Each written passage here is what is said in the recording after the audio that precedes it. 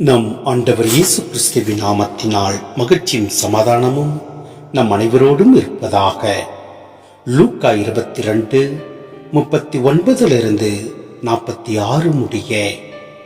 இயேசு அங்கிருந்து புறப்பட்டு தம் வழக்கப்படி ஒலிவமலைக்கு சென்றார். சீடர்களும் அவரை பின்தொடர்ந்தார்கள்.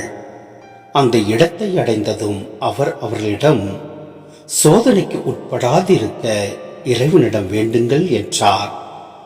பிறகு அவர் அவர்களை விட்டு கல்லெறி தூரம் விலகிச் சென்று முழந்தால் படியிட்டு இறைவனிடம் வேண்டினார்.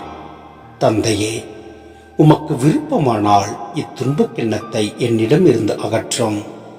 ஆனாலும் என் விருப்பப்படி அல்ல, உம் விருப்பப்படியே நிகழட்டும் என்று கூறினார்.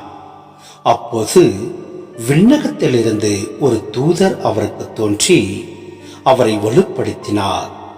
அவரோ மிகுந்த வேதனைக்குள்ளாகவே உருக்கமாய் இறைவனிடம் வேண்டிக் கொண்டிருந்தார்.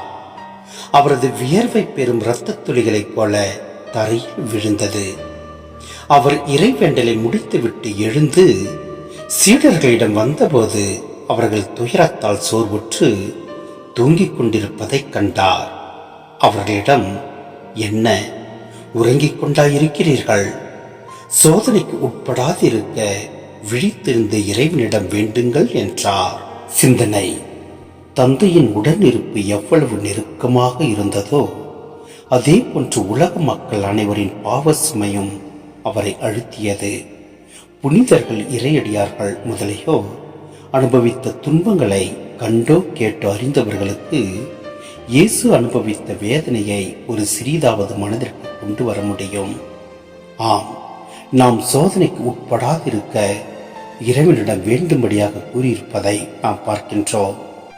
நாமும் சோதனைக்கு உட்படாதிருக்க விழித்திருந்து ஜெபிப்போம். எல்லாம் வல்ல இறைவன் நம்மை நிறைவாய் ஆசீர்வதிப்பார். ஆமென்.